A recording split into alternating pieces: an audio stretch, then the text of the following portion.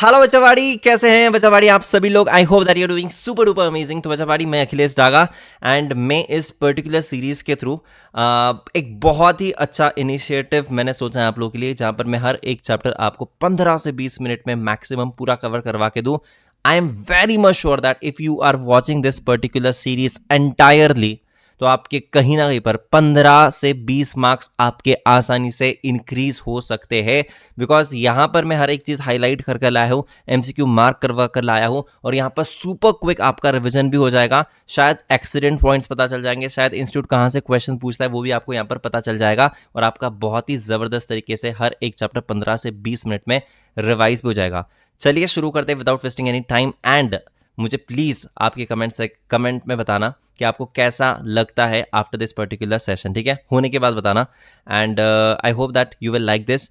And अगर अच्छा लगता है तो प्लीज़ मुझे ज़रूर ज़रूर ज़रूर बताइएगा, और आपके दोस्तों के साथ भी शेयर कीजिए सो दैट उनको भी फ़ायदा हो सके।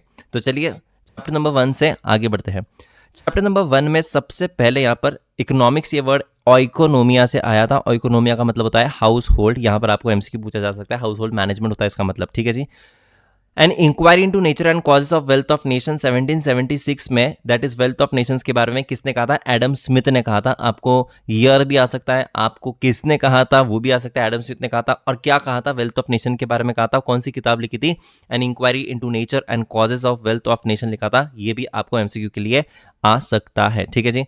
देन आपको ये बेसिक फंडामेंटल फैक्ट पता होना चाहिए कि ह्यूमन बींग्स जो होते हैं उनकी वांट्स अनलिमिटेड होती है, और हम लोगों को अनलिमिटेड वांट्स को रिलेटिवली स्कैर्स रिसोर्सेस में हम लोगों को सेटिस्फाई करने होते हैं। ये basic fundamental fact of economics आपको पता होना चाहिए। पता नहीं किसी में भी ये फ्रेम कर कर कुछ यहाँ पर इस पर सवाल पूछा जा सकता है, ठीक है जी। देन डायरेक्टली आते हैं हम लोग यहाँ पर, that is directly business economics पर। Business economics is also referred to as managerial economics. Why? Because there is an integration of the economic theory with the business practice. Economic theory with the business practice को integrate करते हैं तो हम लोग उसको managerial economics भी कह सकते हैं, उसको हम लोग business economics भी कह सकते हैं, ठीक है जी। ये पता होना चाहिए। अगेन, जॉयल डीन का एक डेफिनेशन है। जॉयल डीन, अभी तक अपन ने क्या देखा? एडम स्मिथ देखा, फिर अपन ने क्या देखा अभी? जॉयल डीन। जॉयल डीन क्या कहते हैं? जॉयल डीन कहते हैं बिजनेस इकोनॉमिक्स का मतलब है use of economic analysis in the formulation of business policy. Economic analysis को यूज करते हैं फॉर्मुलेशन ऑफ बिजनेस पॉलिसी में। ये किसने कहा था? जॉयल डीन ने कहा था। ये आपको याद रखना है, ये आपको आ सकता है एमसीक्यू के लिए। Difference between micro and macro जो है बहुत बेसिक है, बहुत बेसिक है। Micro economics study of individual होता है, एमसीक्यू के लिए आ सकता है। स्टडी ऑफ इंडिविजुअल यूनिट होता है, एमसीक्यू के लिए आ सकता है। एलोकेशन ऑफ रिसोर्सेज किसके अंदर आता है? एमसीक्यू आएगा, ये माइक्रो इकोनॉमिक्स के अंदर आता है। या फिर आपको 3 चीजें माइक्रो की दे देंगे और एक चीज मैक्रो का आपको दे देंगे। तो आपको माइक्रो के अंदर क्या क्या आपको पता होना चाहिए? प्रोडक्ट प्राइसिंग माइक्रो के अंदर आता है, consumer behaviour micro, factor pricing micro, behaviour of firms, economic condition of section of people micro, location of industry micro. Macro मतलब we are studying whole of the economy, national income, national output, general pricing, तो total production in India. तो ये सारा सब कुछ जो होता है जहां पर हम लोग एग्रीगेट्स को स्टडी कर रहे हैं, उसको हम लोग मैक्रो में हम लोग बताएंगे, ठीक है जी। तो आपको आ सकता है यहां पर मैक्रो के 3 पॉइंट्स और माइक्रो का एक एग्जाम्पल। तो national income, national output, general price level, interest rates, balance of trade, balance of payment, external value of currency, total level of employment, total savings, total investment, everything this comes under macro। बहुत easy है, cash marks है, यहाँ पर आपके marks नहीं जाने चाहिए। आप देखोगे एमटीपीज में कई बार आप लोगों को 3 मैक्रो 1 माइक्रो, 3 माइक्रो 1 मैक्रो ऐसी चीजें पूछी जाती है जो कि हमारे एकदम एकदम एकदम हाथ के मार्क्स हैं। यहाँ पर कोई गलत नहीं होना चाहिए। नेचर ऑफ बिजनेस इकोनॉमिक्स पर आपको यहाँ पर सवाल आ सकते हैं कि क्या होता है? business economic is a science, business economic is an art, business economic is pragmatic, and all of the above. Business economics interdisciplinary, business economics is pragmatic in nature। ऐसे कुछ सवाल आते हैं जहां पर अगर आपको कॉज एंड इफेक्ट रिलेशनशिप के बारे में पूछा जाता है तो कॉज एंड इफेक्ट मतलब it is a science, it is a science. Study of micro economics, yes, मतलब क्या है, हम लोग जहां पर प्रॉब्लम्स ऑफ इंडिविजुअल्स की देखते हैं या स्टडी ऑफ इंडिविजुअल सोर्सेस करते हैं। मैक्रो एनालिसिस मतलब जब हम लोग एक्सटर्नल एनवायरनमेंट को स्टडी कर रहे हैं, क्योंकि बिजनेस वैक्यूम में कभी भी काम नहीं करता है, बिजनेस वैक्यूम में काम नहीं करता है, उसको इंटरैक्ट करना पड़ता है एनवायरनमेंट के साथ। एनवायरनमेंट मतलब जहाँ पर टैक्सेशन पॉलिसी हो गया, इंटरेस्ट रेट हो गया, एक्सचेंज रेट हो गया, इंडस्ट्री के पॉलिसीज हो गए, प्राइजेस हो गया, डिस्ट्रीब्यूशन हो गया, wages, regulation and many more things जो कि अफेक्ट करते हैं मेरे बिजनेस को, ठीक है जी। आर्ट मतलब यहाँ पर they are talking about optimum utilization of resources, और they are talking about the practical application of rules and principles. Business economic is pragmatic in nature. Pragmatic मतलब they tackles the practical problems. We cannot always say that कि ऐसा ऐसा ही होने वाला है. We are talking about the tackling the practical problems. Interdisciplinary, याद रखना, interdisciplinary मतलब मुझे सारे अलग अलग डिसिप्लिन्स में, सारे अलग अलग एरियाज में नॉलेज होना चाहिए एज अ बिजनेसमैन। जब भी मैं कोई बिजनेस करता हूँ तो अकाउंटिंग का, मार्केटिंग का, फाइनेंस का, स्टैटिस्टिक्स का, इकोनॉमिक्स का, एवरीथिंग। सो इंट्रा नहीं है, ये इंटर है। May be they will ask you intra, तो वहां पर आप लोग इंट्रा और इंटर का फर्क पता होना चाहिए। इंट्रा आ गया तो बेटा वो यहां पर बिजनेस इकोनॉमिक्स का फीचर नहीं है, इंटर आता है तो वो फीचर होगा, ठीक है। Got it, yes. Normative in nature, normative and positive, ठीक है। Normative economics, positive economics, sure short question आने के यहां पर चांसेस होते हैं। जब मैं ओनली फैक्ट की बात कर रहा हूँ, कॉज एंड इफेक्ट की बात कर रहा हूँ, व्हाट इज की बात कर रहा हूँ, या फिर इकोनॉमिक्स को डिस्क्राइब कर रहा हूँ, या फिर एक्सप्लेन स्टेटमेंट है, तो पॉजिटिव, तो positive economics. Only plain statement, only fact, only what is about, मतलब व्हाट इज मतलब हम जस्ट स्टेटिंग द फैक्ट्स, ठीक है। स्टेटमेंट डिस्क्राइब कर रहा हूं किसी पर्टिकुलर चीज को, तो वो सब कुछ आता है पॉजिटिव इकोनॉमिक्स में। ऑन कॉन्ट्ररी, अगर मैं value judgement, prescriptive in nature मतलब तुमने ऐसा करना चाहिए था तो फिर वैसा होता था, जहां पर मैं should be, ought to be बता रहा हूं। शुड बी मतलब ऐसा होना चाहिए था, government should decrease the taxes, government should increase the wage rate, है ना। तो should be, ought to be जो होता है, प्रिस्क्रिप्टिव जो होता है, which can not be proved जो होता है, वो सब कुछ किस में आता है, नॉर्मेटिव में आता है। यहां से आप डेफिनेटली ये चीज आपको करनी है, यहां से एमसीक्यू आएगा ही आएगा, किसी भी हालत में आएगा, किसी भी हालत में आएगा, ठीक है जी। एंड बाकी आप लोग को स्कोप ऑफ बिजनेस इकोनॉमिक्स फटाक से पढ़ लेना, यहां से चांसेस बहुत ही मिनिमम है। और यहां पर हमारा यूनिट नंबर 1 ऐसे ही खत्म होता है। यूनिट नंबर 2 के पास हम जाते हैं, और यूनिट नंबर 2 में जो आपको बहुत ज्यादा इंपॉर्टेंट है वो है ये 3 चीजें, that is capitalist economic system, socialist economic system and mixed economic system. Capitalist economic system मतलब क्या होता है, जहां पर प्राइवेट इंडिविजुअल्स होते हैं, यस, जहां पर प्राइवेट इंडिविजुअल्स होते हैं। एक सेकेंड, क्या हो रहा है ये, हाँ जी, ये कहाँ पे गया, हाँ, जहां पर we are just talking about, yes, private individuals. यहां पर प्रॉफिट मोटिव होता है, यहां पर प्राइवेट ओनरशिप होती है, मतलब हम लोग ओन कर सकते हैं प्राइवेटली किसी भी गुड्स को। गवर्नमेंट का रोल काफ़ी ज़्यादा लिमिटेड होता है, लेजिस फेयर इकोनॉमी जिसको हम लोग कहते हैं, ठीक है। यहाँ पर एग्जाम्पल्स है United state, United kingdom, Hong Kong, south Korea, ये सब कैपिटलिस्ट के क्या है, एग्जाम्पल है, ठीक है।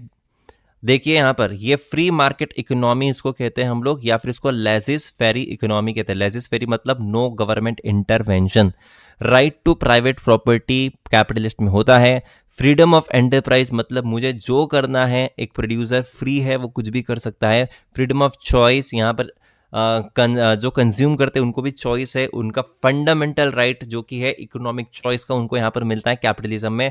प्रॉफिट मोटिव, यहाँ पर बस एक ही मोटिव होता है, पैसा पैसा एंड पैसा कमाना है, that's it. Consumer sovereignty, customer भी यहाँ पर बहुत ज़्यादा खुश है क्योंकि उसको चॉइसेस मिल रही है because of the more competition. यहाँ पर चॉइसेस मिलती है रीजनेबल प्राइजेस में, यहाँ पर उसको गुड्स एंड सर्विसेज मिल जाते हैं। So this is really very good for the consumer as well because of the high competition. यहाँ पर जो होता है गवर्नमेंट इंटरफेरेंस नहीं करता है, this is not a centrally planned economy. Pure capitalist में गवर्नमेंट इंटरफेयर नहीं करता है, ये अनप्लैन्ड इकोनॉमी कहते हैं इसे, जहां पर demand and supply, market economy, free market economies होती है, मतलब यहाँ पर प्राइस मैकेनिज्म काम करता है। तो आपको आएगा प्राइस मैकेनिज्म, आपको आएगा अनप्लैंड इकोनॉमी, या आपको आएगा the it is not a centrally planned economy. ऐसा कुछ भी एमसीक्यू यहाँ से आ सकता है। मैक्सिमम एमसीक्यूज मैंने आपको कैपिटलिस्ट के बता दिए हैं सारे फीचर्स में ही। देखिए again I have marked it, price mechanism कहां पर होता है? प्राइस मैकेनिज्म कैपिटलिस्ट में होता है, प्राइवेट प्रॉपर्टी कैपिटलिज्म में होती है, फास्टर इकोनॉमिक डेवलपमेंट कैपिटलिज्म में होता है, ऑप्टिमम यूटिलाइजेशन ऑफ रिसोर्सेस करते हैं क्योंकि वेस्टेज कम होगा, प्रॉफिट ज़्यादा होगा, तो यहाँ पर हाई ऑपरेटिंग एफिशिएंसी होती है। यहाँ पर केवल हम लोग प्रॉफिट मैक्सिमाइजेशन पर ध्यान रखते हैं। यहाँ पर बहुत ज़्यादा कंपटीशन होता है, इसलिए कंज्यूमर्स को बेनिफिट होता है क्योंकि उनको चीज़ सस्ते में मिलती है, चॉइस भी काफ़ी मिलती है। इनोवेशन यहाँ पर बहुत होगा, टेक्नोलॉजिकल डेवलपमेंट बहुत होगा, रिसर्च एंड डेवलपमेंट यहाँ पर बहुत होगा। फंडामेंटल राइट जो है, right to freedom and right to property, यहाँ पर होता है। जहाँ पर अगर काम करोगे तो पैसा मिलेगा, मतलब you are rewarded for your work over here. और यहाँ पर क्या होता है, हम लोग जो थोड़ा सा ज़्यादा रिस्क लेते हैं, एंटरप्रेन्योरल एक्टिविटी यहाँ पर थोड़ी ज़्यादा होती है, डेमोक्रेटिक फ्रेमवर्क होता है क्योंकि यहाँ पर गवर्नमेंट ज़्यादा यहाँ पर कंट्रोल नहीं करता है, ठीक है।